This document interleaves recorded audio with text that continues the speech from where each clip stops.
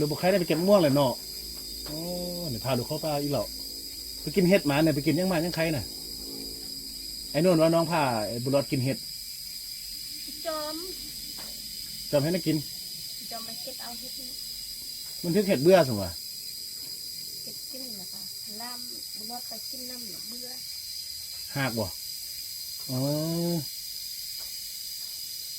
ไปกินเห็ดเบื่อไปเจ้าบ่เป็นยังจอมนี่บ่เป็นยังเนี่ยบ่ได้เฮ็ดให้ละเจ้าบ่ไข่เนี่ยรอดเอาไข่เนาะเบิ่นน้ำเห็ดตีเบิ่นเป็นน้ำเห็ดตี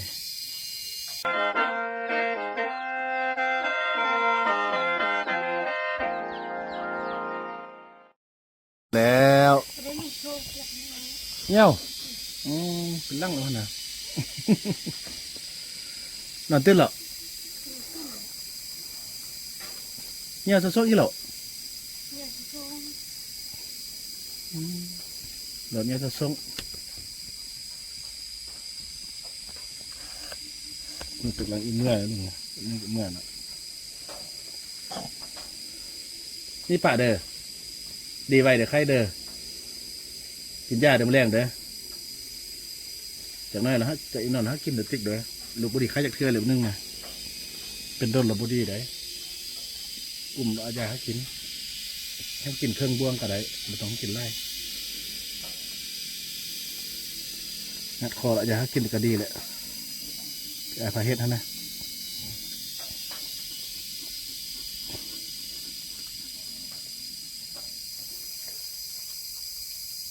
เต้าให้เนาะมาสุนีเนาะบุษินบัวบานยังเนาะจุดต้นอยู่นี่เลือกตาบุญอีก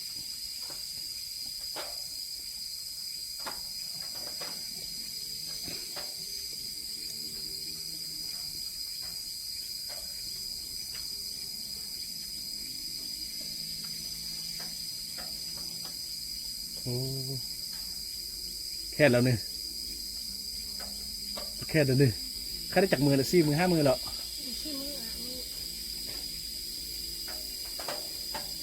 ลูกบุกไข่ได้ไปเก็บม่วงเลยเนาะโอ้เนี่ยพาดูเข้าป่าอีเหล่าไปกินเห็ดหมาเนี่ยไปกินยังมายังไข่น่ะไอ้นู่นว่าน้องพาไอ้บุรอดกินเห็ด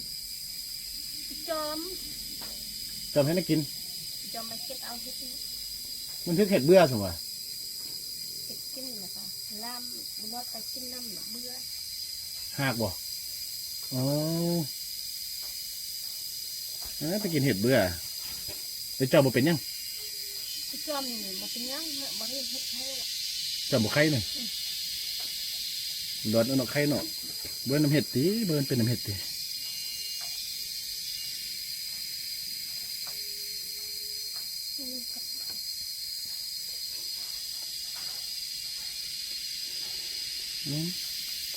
ยุ่งเริ่มมาเลยมาอันนั้นฝนตกแล้วยุ่งโอ๊กยุ่งมาไล่มาเยอะเนาะโอ้นอนตื่นแล้วดีแล้วนอนตื่นก็ดีไข้ไว้นอนหลับอิ่มละเสาไข้ไว้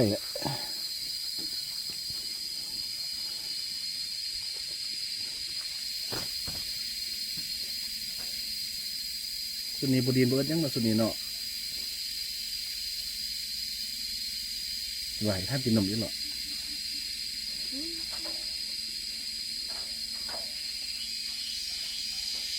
เมื่อพ่อมานอนนำเด้แล้วพ่อนอนนำบ่นอนก็ดีไข้ไว้หรือเบิ่งนำกันนะ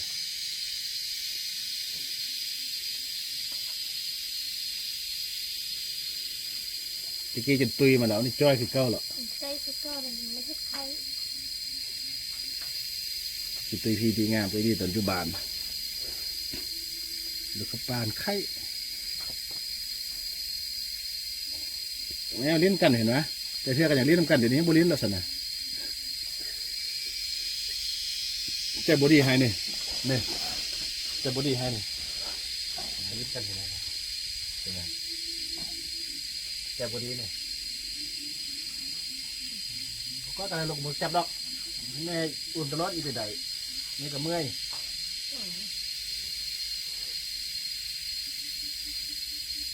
บังเลือดแต่กระดูกกระเดียว ใส่มดกระดูกมันเลยไง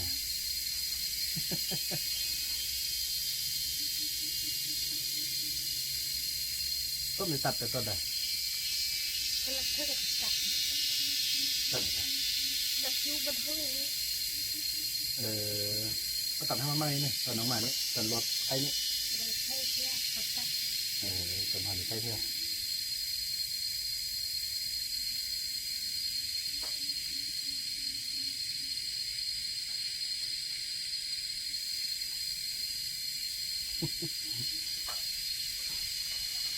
น่าเศร้าเลยเนาะ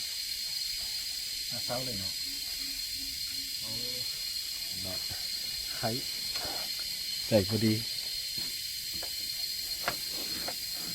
ใส่พอดีกินขี้สำคัญก็นะ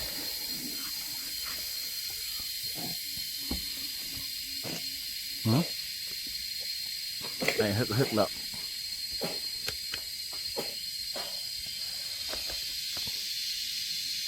ดูอีกแม่ก็ได้ไปเด้อบ๊ายบายเด้อบ๊ายบายดูกินขนมเด้อลูกขนมบอกไล่ไงขันเบิดเราไปข้อน้ำพนุ่นเด้อเอาเงินไปให้ไอ้นู่นเด้อที่มีวอนเพิ่นฟักไอ้นู่นให้นู่นบ๊ายบายแม่มาบ๊ายบายเฮ็ดบ๊ายบายซะเลย ได้แบบบุญหรอก โอ้ยบ๊ายบายกับบ่อยากบ๊ายบาย ปิดไทย ดีใครไปเด้อกับไปป้าที่น้าลุมห้ามมาเด้อไปป้าปะลุงกะบ่ได้กินขนมอีกบ๊ายบายแม่ ได้ได้แบบบุญหรอก มาสร้างบ๊ายบายเอ้าไปก้อนไอ้ที่ปีห้าขอบไม่เท่านั้นก่อน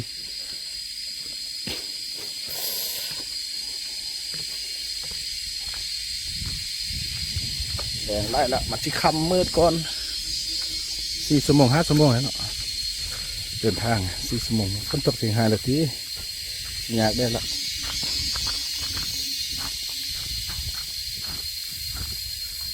ก็นอนเพลินบ๊ายบายเด้อนี่บ๊ายบายนี่มีเกลือไปยังกินแล้วแขนเด้อเอาให้มันกลุ่มเด้อกลุ่มจะสับลูกหมาเพิ่นเด้อนะลูกหมาให้มาขอบคุญขอบคุณนำทางไอ้จันเพ่งกับเอ๋ยนิวรณ์เนาะฝากของอยู่ของกินมาให้มาที่นะบางทีแกก็จะซื้อมาให้ไหมเนาะส่วนเงินที่เหลือไว้ซื้ออาทิตย์หน้าตึม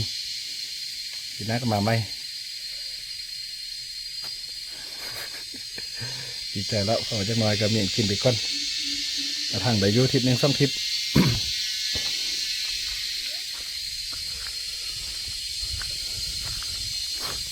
เนี่ยฝนเศร้าละเดี๋ยวเอาเดินทางหรอกทีเนี่ยฝนตก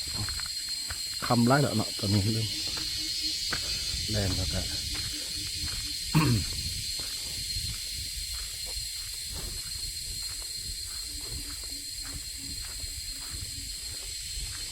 ต้องมาคลิปที่ต่อไปอย่างที่ยุคคือเก้าใช่เนาะ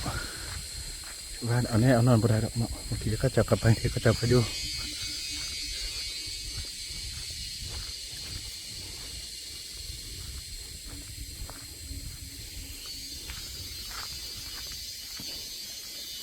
มันอยู่นี่ไอ้คูณได้ผู้นึงนะคูณทำอย่างอยู่นี่อยู่ทิศนี้โอ้นอนไอ้คูณนะนอนเอ็แล้วเด้อโอ้โธ่เพื่อนเถอะเว้ยเมื่อกันเด้อ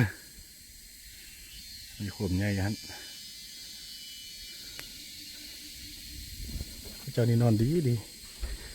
ก็แต่ว่าเนาะบริเวณยังเลยบริขึ้นน้ำยังแล้วไอ้นุ่นก็รับไอ้นุ่นนอนแล้วกดปืดๆแล้วไอ้เมื่อกันเด้อบูเมื่อเท่าไหร่อะ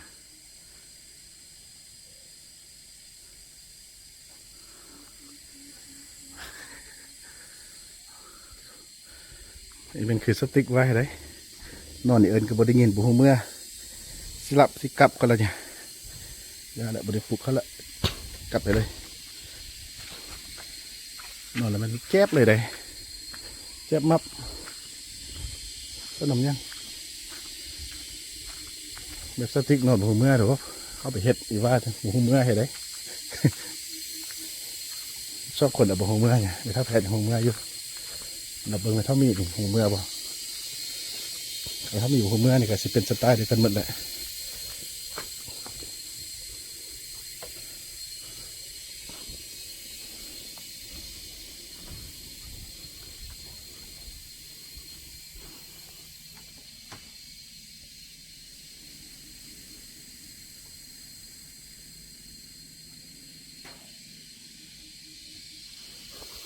บ่หูเมื่อแท้ๆบ่หูเมื่อจะคนเป็นอยู่ที่โอ้นอนปานคนนอนจมนอนแจ๊บแถววันเนาะไปในต้นควักเอาคนเนาะจึงอีตื่น